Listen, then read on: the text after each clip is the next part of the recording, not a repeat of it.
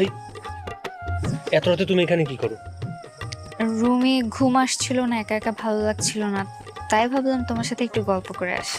এখন কি আমার সাথে গল্প করার সময়? তোমার সাথে আমি পরে গল্প করবো, এখন তুমি রুমে যাও, বাবা দেখা ফেললে পরে একটা ঝামেলা হয়ে যাবে। কি হবে? বাবা দেখে ফেললে বলে দিব আমরা দুজন হাজবেন্ড ওয়াইফ। বাবার এই সময় সুযোগ হইলে তো সেটা আমি বাবারে বলবোই, সময় সুযোগটা হইতে দাও। ও তাই? আপনার এই সময় সুযোগটা কবে হবে শুনি? বাবার মাথার ইদানিং অনেক গরম আছে, বাবার মাথার একটু ঠান্ডা হইতে দাও, তারপর ঠান্ডা মাথায় বাবারা সবকিছু বলবো আমি। আচ্ছা, তোমাকে আমি একটা কথা বলি। বলো। তুমি না বাজার থেকে যে বড় একটা বরফের বক্স নিয়ে আসো, এরপর সেটা ধরে তোমার বাবার মাথায় রেখে দিবা। তখন তোমার বাবার মাথা ঠান্ডা থাকবে, তখন বলতে পারবে না। এই তুমি কি এখানে আমার সাথে দ্বারা ফাইজলামি করতেছো? তো কি করবো তোমার সাথে আর? সেই ঢাকা থেকে এই পর্যন্ত শুনেই যাচ্ছি বলবা বলবা বলবা, এখনো কিছুই করতে পারছো না। যা করার আমাকেই করতে হবে।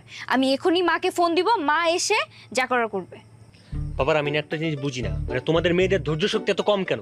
বলতেছো তো আমি সময় মতো নিজ থেকে সবকিছু ম্যানেজ করে নেব, আজ এই জায়গার মধ্যে সে চিল্লাচিল্লি শুরু করছে। তোমার সাথে না কথা বলা এই জায়গায় বৃথা আমার। থাকো।